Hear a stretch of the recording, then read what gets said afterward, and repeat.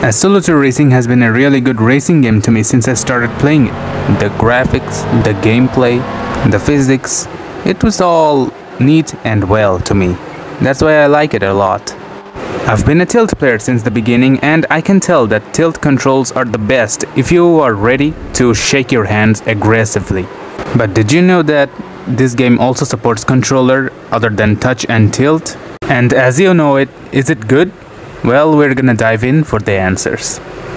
But before we start, I want to say that 96.1% of my viewers are not subscribed. Bro, just do it, it's free, you're not gonna regret. So at first, I picked a low-powered car to get the hang of the controller and picked Yamagata circuit for road testing.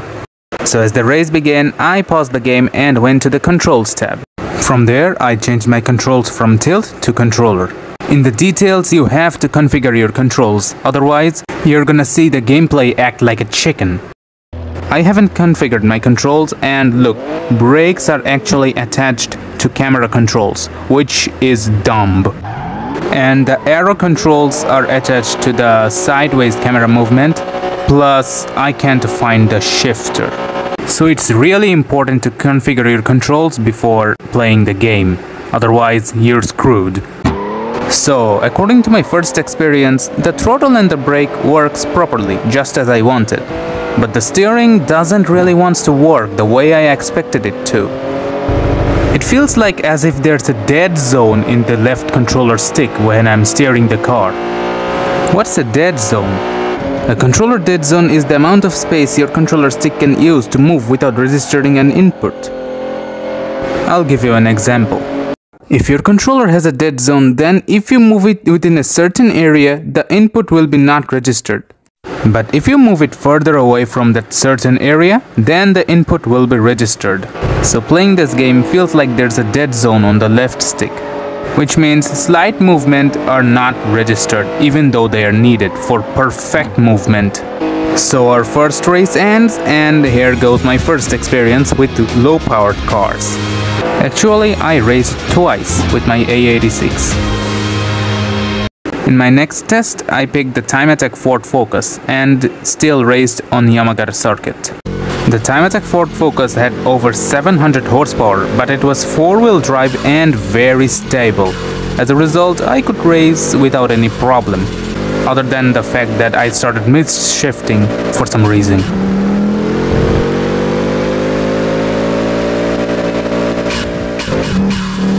So here goes my Ford Focus experience. Precise controls are very hard due to the dead zone that's set on the left stick, which this game had the option to set the dead zone to 0. Our next car was the Mercedes. Oh boy, that's a powerful boy, still on the Yamagata circuit. This is where things got a bit difficult, as it's a rear-wheel drive plus over 700 horsepower. It was a bit unstable at turns when I fully accelerated it. To be careful, I drove a bit slow and finished slower than my Ford Focus. So in my next try, I tried to be a bit faster and messed up, as counter-steering is a bit harder on controller. In my third try, I also messed up by crashing on a hay bale. In my fourth try, I managed to match up the time with my Ford Focus. So here's my Mercedes experience. The driving can be a bit harder on high speed with high-powered cars, but it was fun to me. If you're careful and skillful, you'll be able to win races without any issues. But still, the dead zone can be a problem to you. Just look how I have to turn. It's definitely less smoother than tilt. However, the low sensitivity is helping a bit. Because of low sensitivity, I can fully move my stick without steering the car too much. So when playing with the controller, make sure your sensitivity is around 80. That will be helpful to you. And there goes my experience of driving with the controller. Now let's see how drifting feels like with the controller. So for the drift test, I used the 180SX D-Spec and drifted in the docks, because it's a good place to get the hang of the controls. Playing with 100% steering assist feels like it's an arcade drifting game. It feels good, it feels easy, and it feels insanely good to jump into the water. I started messing up with my 180SX for some reason.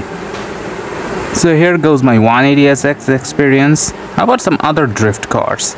So I went back and chose the S14 Drift Tune, and it feels like the 180SX, just it's a bit more driftier and smoother. So drifting with steering assist on controller feels easy and fun. But what about drifting without any steering assist? So in my next try, I pulled the steering assist from 100 to 0. And boy, it was difficult as hell. I couldn't even drift properly, I kept spinning out. I did my best to drift properly, but that's what I could do. I need more practice to drift without any assist. So drifting without assist on controller is just chore. If you're not trained enough, you'll be spinning out every single time you try to drift.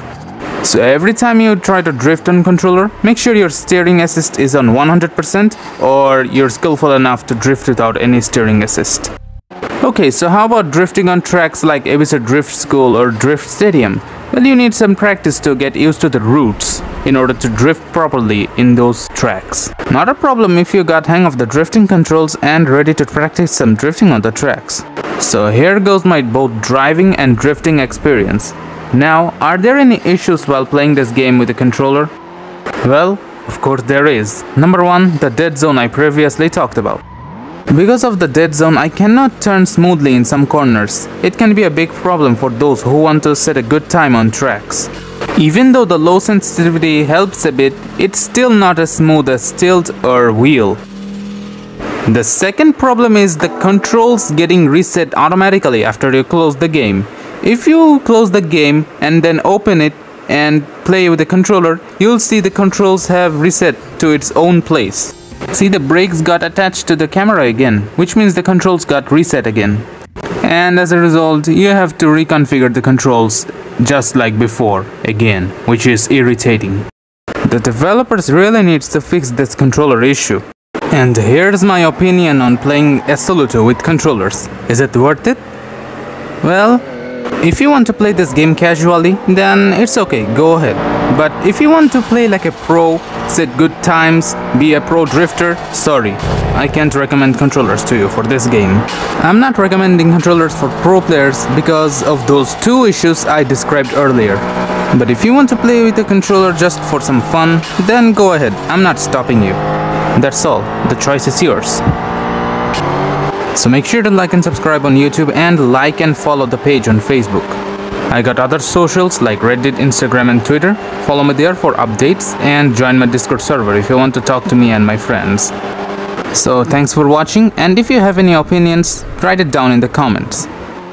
So see you later in my next video. Oh boy, I think I got stuck in the bush.